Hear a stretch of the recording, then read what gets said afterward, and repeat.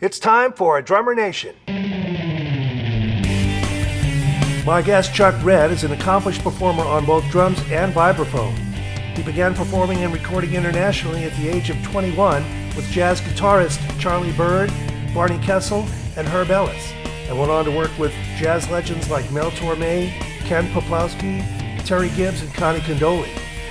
He served as artist in residence at the Smithsonian Jazz Cafe in Washington, D.C., and was a member of the Smithsonian Jazz Masterworks Orchestra for 15 years. He frequently headlines at festivals and clubs and is on the faculty at the University of Maryland School of Music. Chuck Redd, after this. The former Crescent Vanguard series are now widely available as part of the legendary Sabian HH models.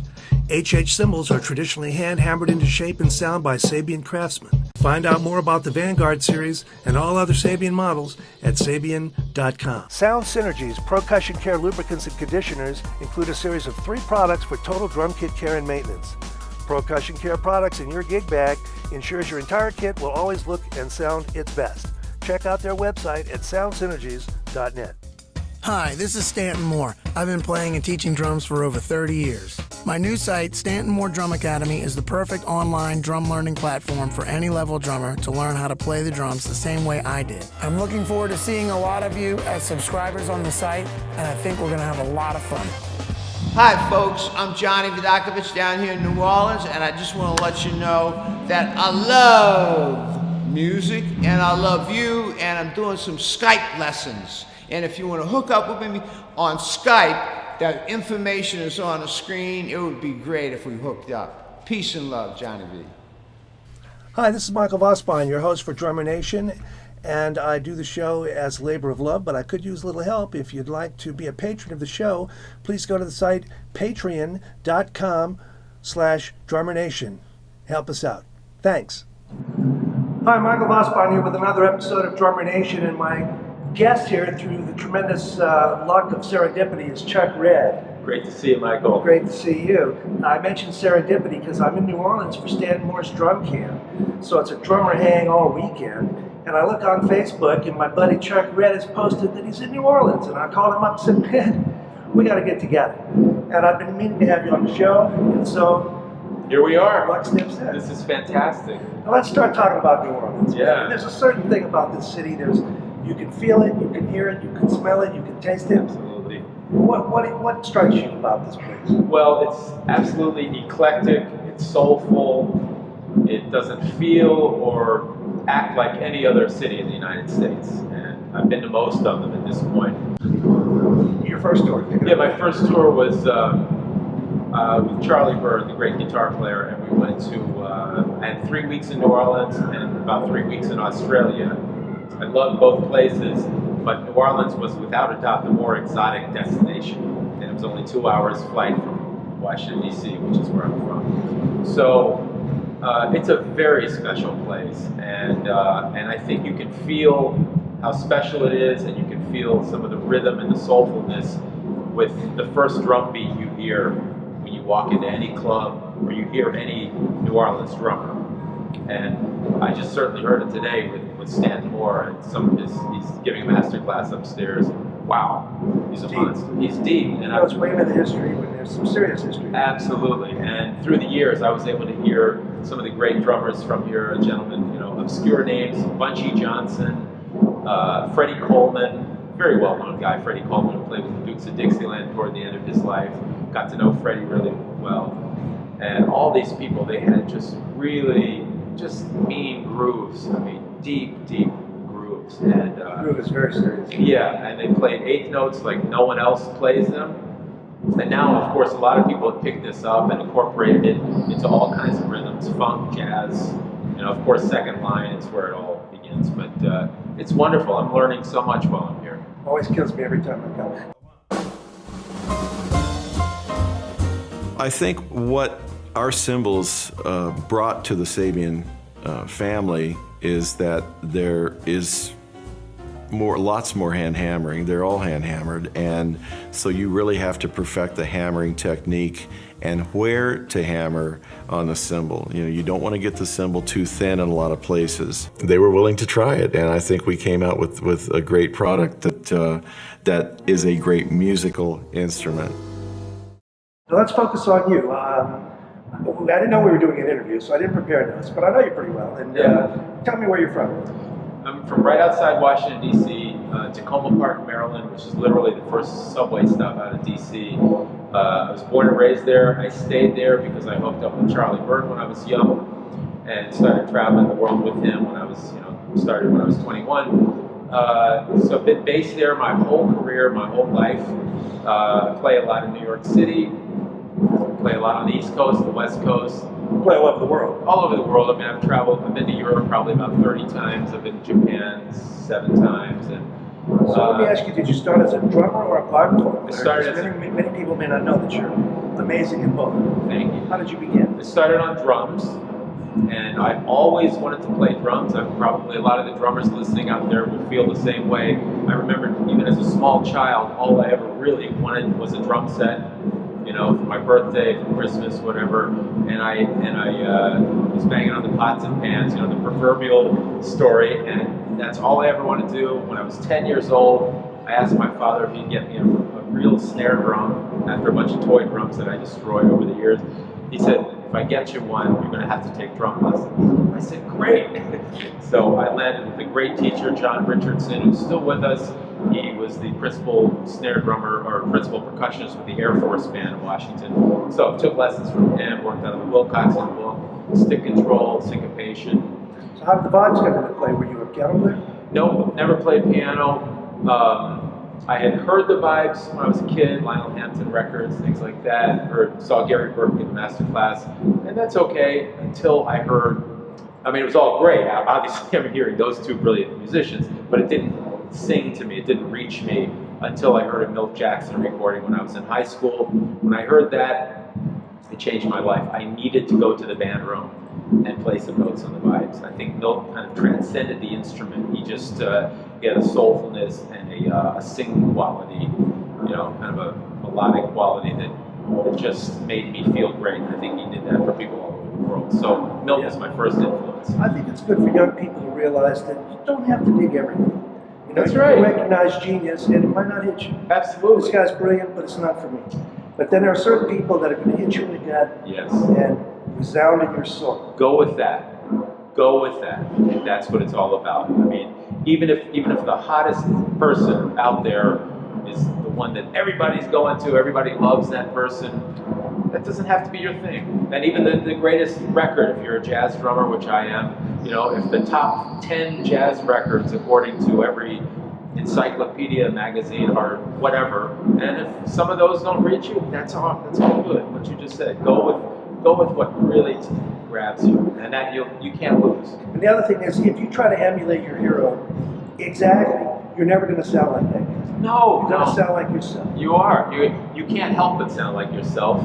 And if you just strive to sound like a poor imitation of somebody, it's not going to serve you very well. So it's fantastic to imitate when you're young. Fantastic. You learn so much. Try to get into the head of a great artist, of any kind of great artist. I love to hear, you're probably the same way, I love to hear and read writers being interviewed because they're doing, visual artists too, any kind of artists, we're all going for the same thing. We're trying to find individuality, we're trying to express ourselves with sincerity, intensity, conviction. Try to find a way to live in this world as an artist. Yes, absolutely. And Stanton makes that point downstairs. A lot of these, he can show you these patterns that are second line or New Orleans derived, but he's the first to say, put it away. Absolutely. Start more. Absolutely. Improvise on that. Make it your own. Sound Synergy's Percussion Care lubricants and conditioners include a series of 3 products for total drum kit care and maintenance. Pedal Lube, the only product specifically designed for bass drum, hi-hat pedals, and triggers, as well as all moving metal parts and drum hardware, safely removes grit, grime, and other contaminants while protecting against harmful friction wear. Cymbal Care restores and conditions cymbal surfaces without strippers or harmful polishes. Wear Barrier is a conditioning formula for all drum heads, rims, and even sticks, Percussion Care products in your gig bag ensures your entire kit will always look and sound its best. Now, you were self-taught on Vibes, or did you have teachers? Self-taught primarily, because there weren't as many Vibes teachers around back in in the late 70s when I started dabbling in the instrument. And actually, I never thought I would become a Vibes player. I would come home after drum gigs in my early 20s, late teens, early 20s, and just play workout tunes on the Vibes, take things off records, and it was just pure joy. It was just something I wanted to do for fun, because I wanted to express myself melodically, since I was already a drummer. And then one day, everything changed because I got a call to do a gig on Vibes. Somebody had heard me jamming, and they said, "Man, I'd like you to play a gig on Vibes." And so I said, "I better start woodshedding." So that changed my life. Is that right? Yeah. So there's a lot of technique to every instrument, and there's a lot of theory on Vibes. I mean, it's piano. Absolutely. You intuited all that? I did learn theory at school. I went to a small college in Maryland, Montgomery College, and there was a great music department there with a couple of great theory teachers, and my mentor, Bill Potts, who was a wonderful arranger who arranged for Buddy Rich and Woody Herman and all those kind of people. And so Bill, I learned a lot from Bill about chords and what to listen to, what melodies went with certain chords, and I started learning songs. And if you learn a great Jerome Kern, Duke Ellington, or Cole Porter song, you're going to learn a lot about harmony. It's true. My new site, Stanton Moore Drum Academy, is the perfect online drum learning platform for any level drummer to learn how to play the drums the same way I did, with the advantage of having me road test the material on hundreds of stages, countless clinics, lessons, and master classes, and dozens of studio sessions every year. On the site, you'll find over 13 hours of video, dozens of written lessons, and fresh material gets added all the time. I'm looking forward to seeing a lot of you as subscribers on the site, and I think we're going to have a lot of fun. Now, you prefer to play one instrument or the other? Or? It's a question that comes up a lot, and I need both instruments to function psychologically well. If I go for a long time and I'm only playing Vibes gigs, and that happens every once in a while, I'll play 2 or 3 weeks and I'm just a vibraphone player on the road. Just a vibraphone. I'll say, man, I've got to get to my drums. I got to play some drums, And I always carry some brushes and sticks with me to play in the hotel room, just to keep the chops going, hopefully. But and the same thing with the drums. If I'm only playing drums for a while, I need to pick up some mallets. I need to play some melodies. So I've found that I really need to do both. However, I think I'm a drummer first. I know I was literally a drummer first, and I feel like that's the foundation for everything. If I'm going through a particularly frustrating time on Vibes where I feel unmoored or unsettled, or I feel like my time is not as good on the Vibes, if I just sit down and play some time at the drums, at home, or play with a metronome, or play with a record, or just get back in touch with that primal thing, everything settles down, and I can breathe. Art Blakey said, washes off the dust of the day. Yes. Right? Certain times when I just need to sit down and play for 10 minutes. Absolutely. For no apparent reason. It's therapeutic. Just to keep straight. It's our therapy. It's our therapy, Yeah, I need it. I need it. You need it. We're drummers. Sometimes we'd be at the NAMM show when I had the cymbal company, and Hamilton would be there, and he'd find me sitting at a kid just closing my... If I could find 15 seconds to center myself, I can get through the rest of the time. Absolutely. We play for ourselves first. I mean, you play for yourself first, and every musician does. You've got to be having a ball playing.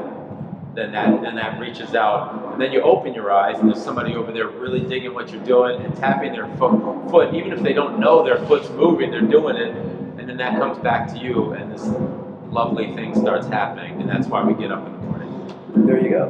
And I find if I play a gig perfectly, Broadway show, you get through it what you think is a perfect show. It doesn't mean anything to me by the time I get to the car. That's but right. If I play something I didn't know I was going to play, or something that surprised me, or something that I thought was creative, it feels good for a long time. Yeah, it'll get you through the next few weeks, and it snowballs into another idea and another feeling and another. It keeps. The more you give, the more you get back. Everybody has to practice. Everybody has to keep thinking about growing and being creative. I mean, I'm learning so much. I've been to New Orleans literally, almost exactly 24 hours.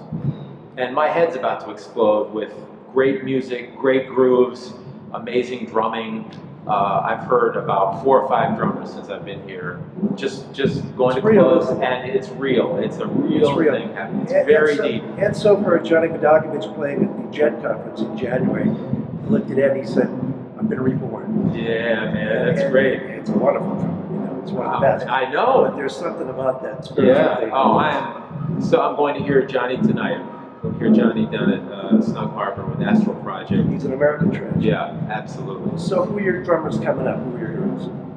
Coming up, my drumming heroes started with Gene Krupa and Buddy Rich, and I was kind of I always felt good about life. I knew I was going to be okay because I was going to be the next Buddy Rich.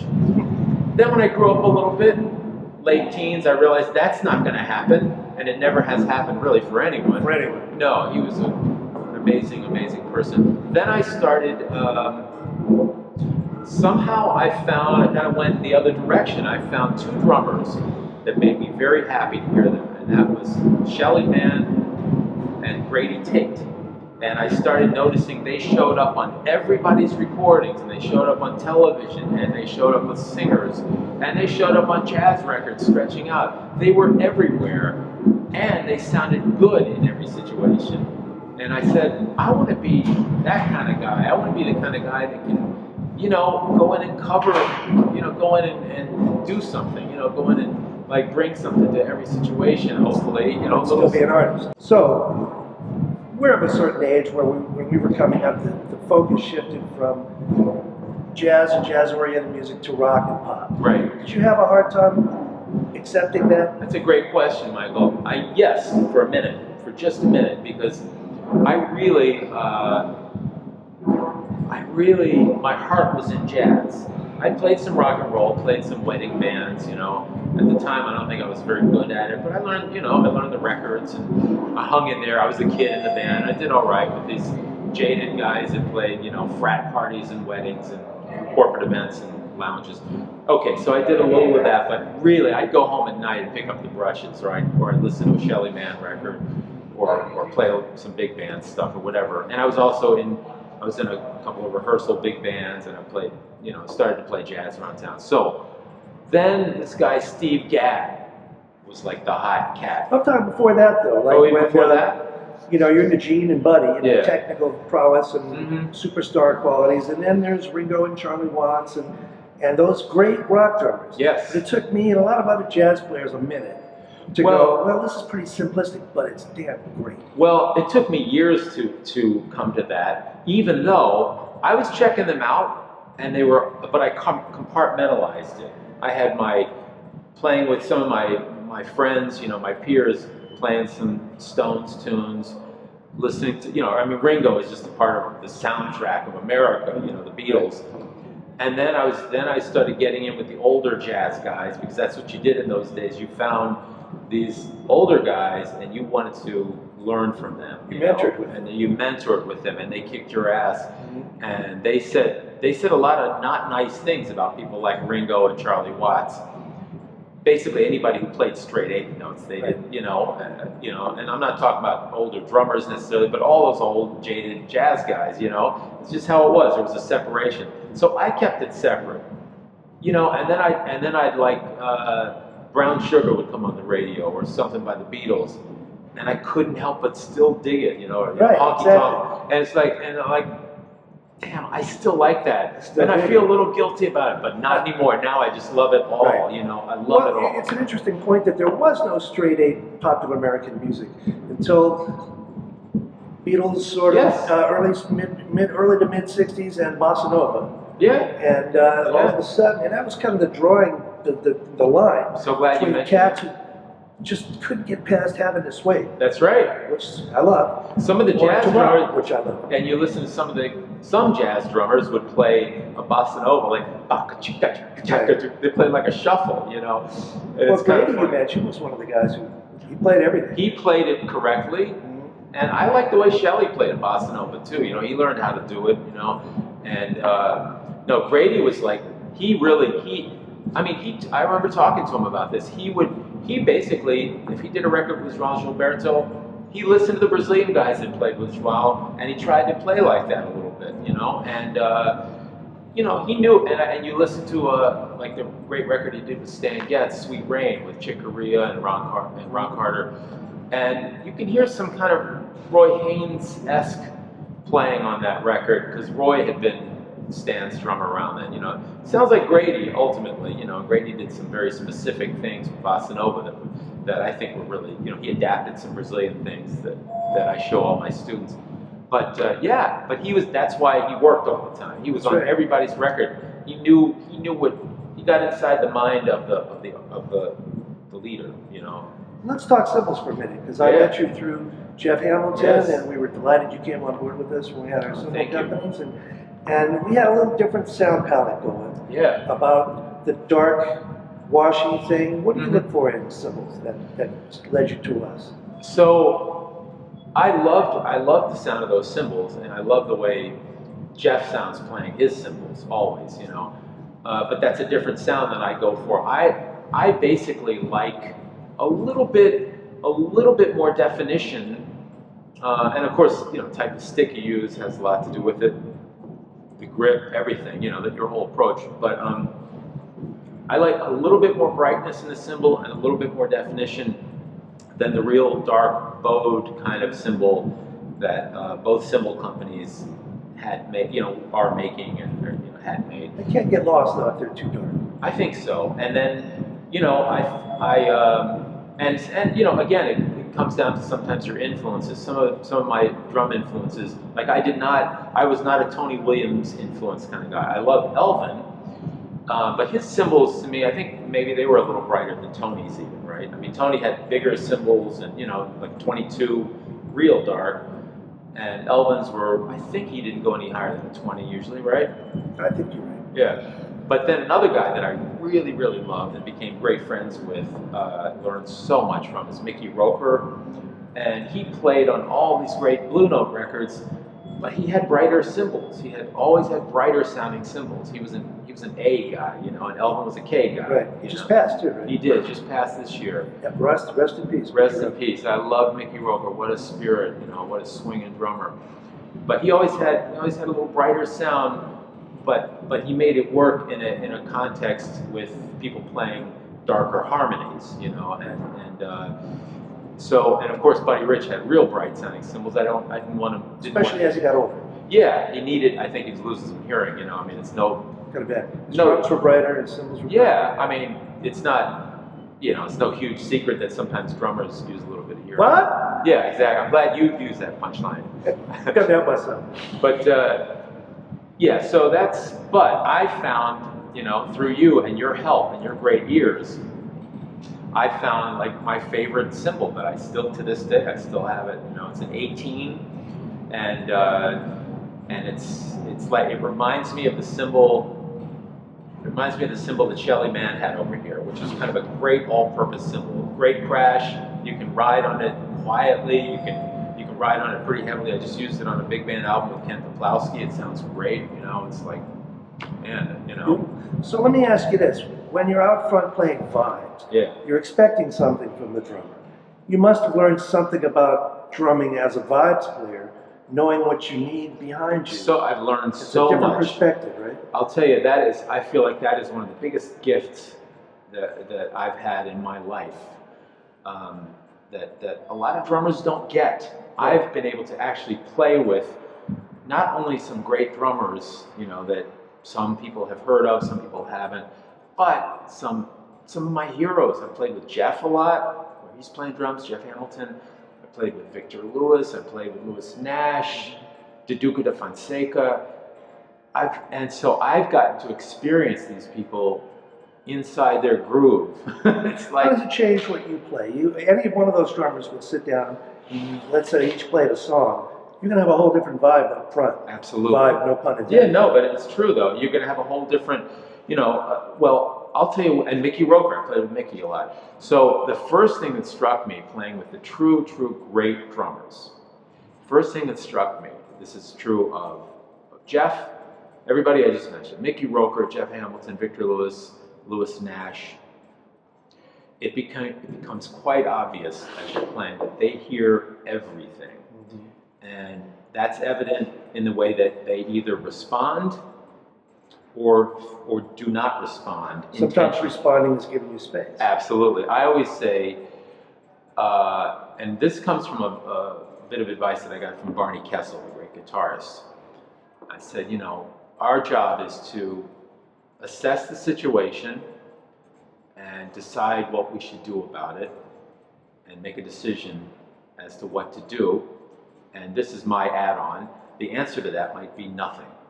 And that's it. You know, it's like, and either, which means maybe just keep playing time, or sometimes literally lay out, you know, and that shows real maturity if you can get to that point. Roy Burns had an expression, dear friend, I love Roy Burns. You introduced me to him on the phone at your office. Oh, is once. that right? Yeah. Okay. Don't just do something, stand there. Yeah, that's right. Absolutely. I mean, and actually, and Stanton is like a great example of this because he's talking about, he's got all these wonderful percussion instruments on his left side, you know. Calls it a sidecar. Yeah, sidecar. If I set that stuff up on a gig, it would just completely throw me for a loop. I would have I'd be like distracted. I can't do all that stuff. But the thing is, he doesn't play that stuff because it's fun to play with or because he wants to show off what he can do with his left hand. He as he told all the drummers attending this academy, you know, he lets the music dictate as to when that stuff comes in. You know, he lets the music tell him when to use that. And he's put things over there. He mentioned he's put things over there, and the music never tells him to use it, so he takes them away. So that's that's beautiful. Yeah. It brings me full circle back to New Orleans and a conversation I was having with somebody yesterday. You could say that the New Orleans music, melodic, it's not all that complicated. Right. And a buddy of mine said, yeah, but there's so much going on rhythmically Yes. that you don't want you don't want all that over it. It's what we were just talking about. Leave space for everything. Absolutely. Well, and this is a comment that really means, you know, the meaning behind all of what I'm about to say is that, you know, it's all cool. Every kind of music is cool if it's done well. But I played a concert the night before last with the great Ken Poplowski, the great clarinetist, and two New Orleans musicians. And the bass player was Ed Wise, who sounded beautiful, you know, and for the first time we had played together, and it just felt great from the first note. And Ken opened up with a rhythm change tune about this tempo. 1, 2, 1, 2, 3, 4, 1, 2, 2, 2, you know. Where nothing was 300. Yeah, which is what he does. That's how Ken likes to open a concert. And New Orleans guys hung right in there, played their asses off, and I said to Ed, I said, Ken likes to play those tempos right out of the box, you know. And Ed said, we don't play those tempos in New Orleans. And it wasn't a criticism. It was just an observation, but it's absolutely true. You know, they get intensity in a lot of other places. You don't have to get it just like that. That's one way to get it, and Ken can. You know, and I don't open concerts like that because on the Vibes, if I'm leading a gig on Vibes, because I'm not sure I can tear it up right out of the box like that. Well, I'm sure you can, but I think it does lend itself to all those layers of density of rhythms. That's right. New Orleans Yeah. has. That's right. You know, how you can put all that gumbo in there That's right. when it's like that. And actually, this is interesting.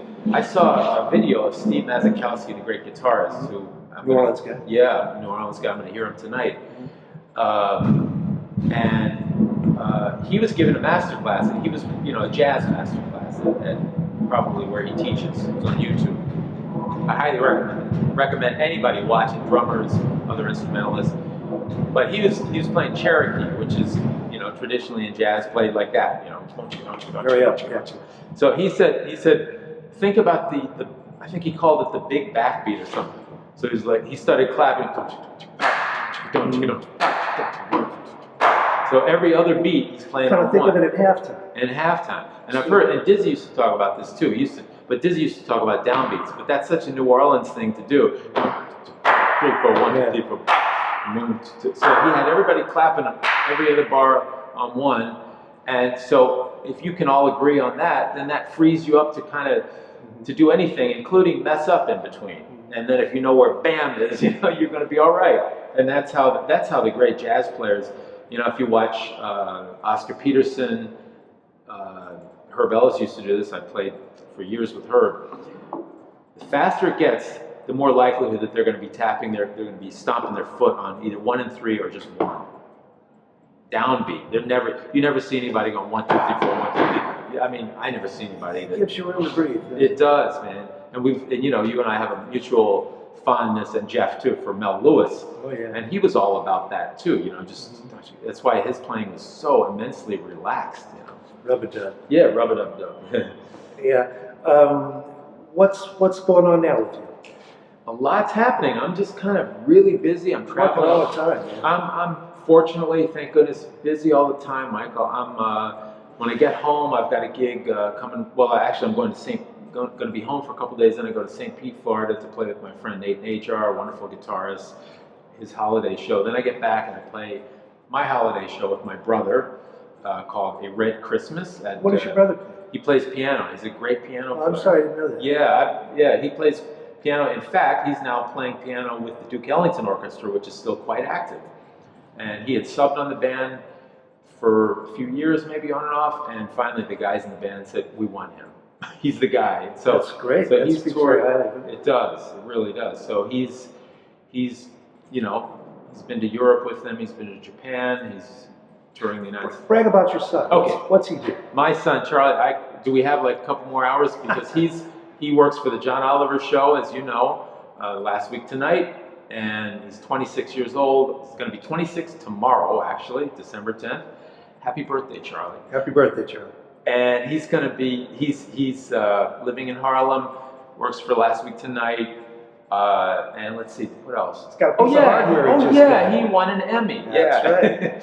So he won an Emmy for the show, and John and the head writer, Tim Carvel, and the producer, Liz Stanton, they all got together on the last day and said, Charlie, you need to take it home. You need to have an Emmy. So they gave it to him. Oh, that's beautiful. I saw a post you did with, was it your mother or My mother holding it. Yeah, Holding the- my mother's 91 Delphine Red. holding the Emmy? We can do a whole video on my mother, by the way. She is a soulful person. She hosted Dizzy Gillespie for dinner 10 years in a row. Really? We'll talk about that another time. But my mother, Delphine, You get it honestly. she's she's like known in Washington as the jazz mother. I mean, everybody knows her. We used to rehearse at the house all the time, and musicians were always coming and going all hours of the morning. Beautiful, man. So it's one of those kind of, Set you in the right course. yeah. Well, it's a short format, so I ask my friends, will you do another one sometime?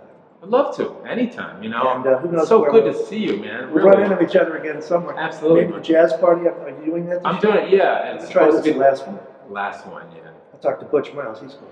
Great. Yeah, well, yeah, I'll Hammer be there. won't be there. Hammer won't be there. He's going to be in Columbus, but we'll have a great time. I'm leading a big band set, a Terry Gibbs type tribute. I've got Terry gave me a whole bunch of his Great vibes player. Yes, Terry big Gibbs, band, one of my big band heroes. leader. Yeah. Mel played with him. Yep, absolutely. Quick story on Mel Lewis that Terry told me. He said they called Mel the Tailor. Mm-hmm. And I named him that. Everybody thinks, this is Terry talking, I named him that, and everybody thinks it's because what he played fit the music just perfectly. Right. But it wasn't. Yeah, no. It's because he looked and walked like his Jewish tailor in New York. That's right. He really meant the tailor. I know, literally his tailor. He looked like the tailor. Well, Boy, thanks yeah. for everything, Jack. Pleasure, Michael. Great. Happy to run into you at any time. Oh man, this was terrific. And it's still, I've been in New Orleans, like I said, 24 hours. It just keeps getting We better. got plenty more music to hear. Yeah, man. Plenty more food to eat. Yep. Thanks a lot. Thank you.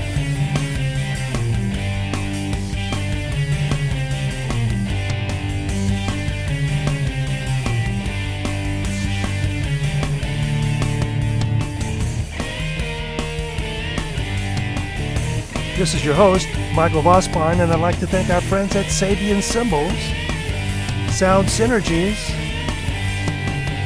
Stanton Moore Drum Academy, and Classic Drummer Magazine. Thanks for watching. We'll see you next time.